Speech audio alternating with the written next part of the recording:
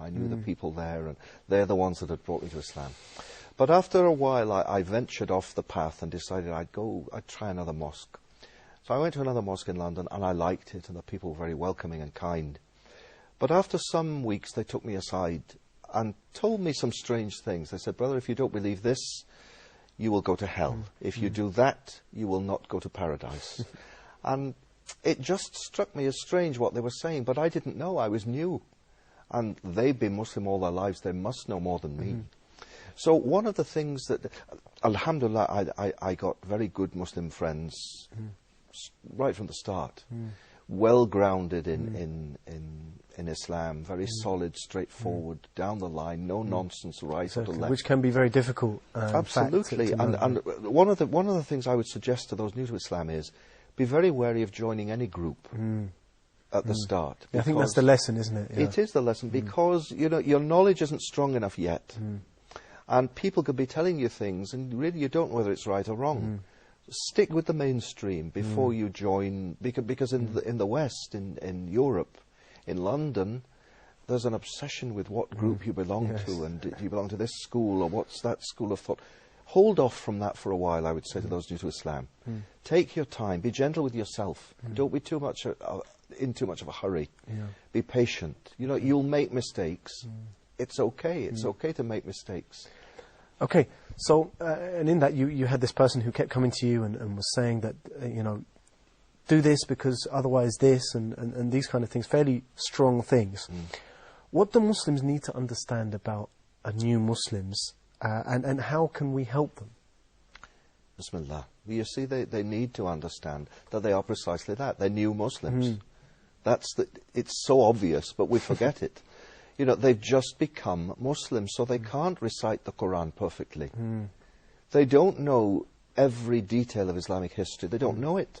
And of course they're going to make mistakes, aren't They'll they? make mistakes, and we need to be very gentle with people.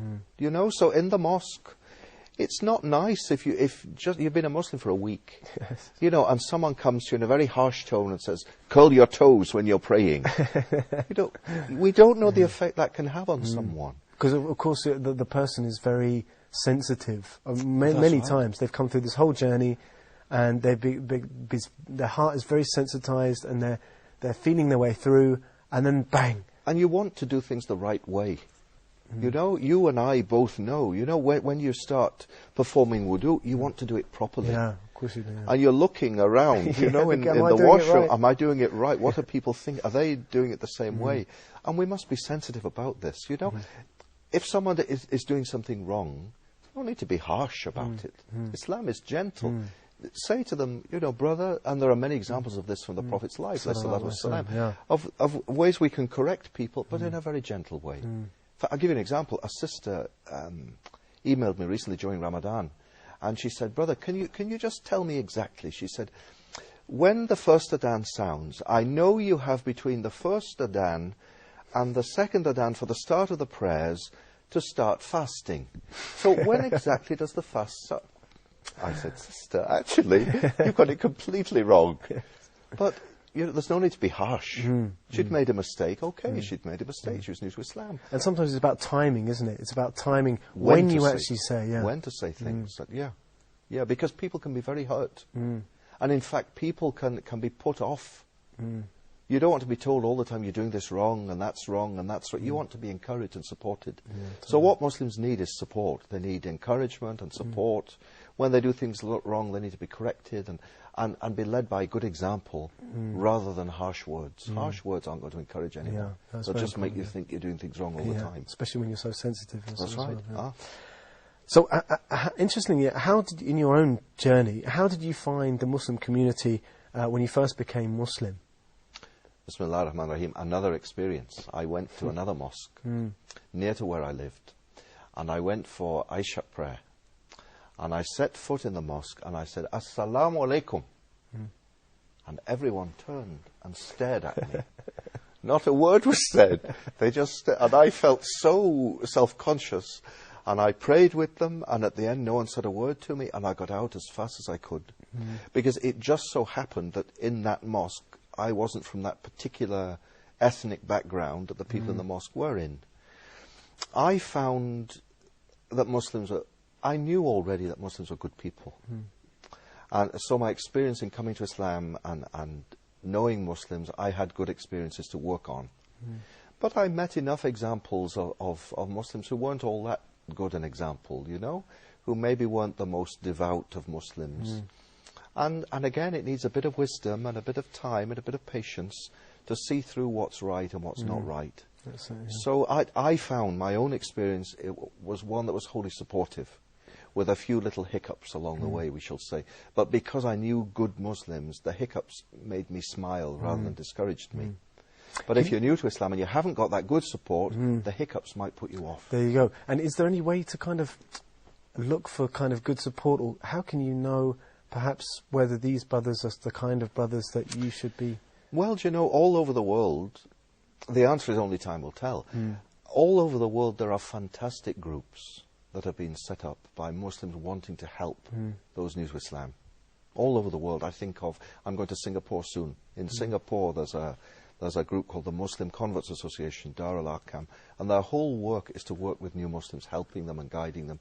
I do workshops and things all over the world for new Muslims, guiding, helping, answering questions, and there are no silly questions, you know. If someone new to Islam has and they say, "Oh, I've got a question, brother, but it's a bit silly," there are no silly questions. If it's new to you, it's your question. Yeah, it's your question. You know, if you don't know the answer, you want it answering. So we mustn't be quick to, you don't know that. You know, why would you know it until someone told you? I think the thing that's coming through in our conversation is that as though those who've been Muslim all their lives need to be very patient. They need to thank Allah Almighty that He has called these people to be Muslim from all the people on the face of this earth. There are many people He didn't choose, and He gave us this sister or this brother and added to our Muslim nation and enriched our nation with this person. They're a blessing to us. They're certainly not a nuisance. And we should be very careful in looking after them and caring for them and giving them good example. That I think is the overall message of how to care for new Muslims. Now, in your book, you've written various interesting chapters, one of which is entitled "Islam Needs You to Live for It." What exactly do you mean by that? Bismillah ar-Rahman ar-Rahim. It's talking about the journey to Islam of little Ali, the Prophet's relation. And the gist of the chapter is to say that, you know, it's easy for us to talk. And as Muslims, we're good at talking. We talk so much about how much we love this, but to act is a little more difficult. You know, it's difficult. It's easy to say, "Oh, we love the Prophet. We will die for you, Prophet Muhammad." Easy words. Easy to say. It's not easy to get up in the last third of the night with your ankles swelling because you're beseeching Allah Almighty to bless your wife and your children. That's not easy. You know, somewhere in the book I say it's easy to become Muslim, but it's not so easy to remain one. And so in saying Islam needs us to live for it, what it's saying is that instead of just talk, mouthing slogans, for us to bring people to Islam, we need to bring them by good example, not just by empty words. And the example we give is the example of our Prophet, a walking Quran. The example of the early companions, may Allah be pleased with them all. The example of sweet, gentle, kind, strong Muslims who actually believe that Islam is a blessing in their lives, not a burden on their shoulders. Okay. So now, and you continue in your book, and you refer to a few of the Sahaba which you selected, Omar, Hamza, stories of Khadija, I think is in there. Yes, Bilal. Bilal, yes, Bilal. Can you tell us, what is it about these characters and their stories that's really applicable to new Muslims? Bismillah. The reason I chose them is because they're very, very human stories. Hamza is irritable and bad-tempered, and he's a warrior, and he comes to Islam not through reading books, or not through, as far as our eyes can see. He comes to Islam because someone offends a family member. Someone strikes Muhammad, who is a family member, and he says, "How dare you do that? Because I share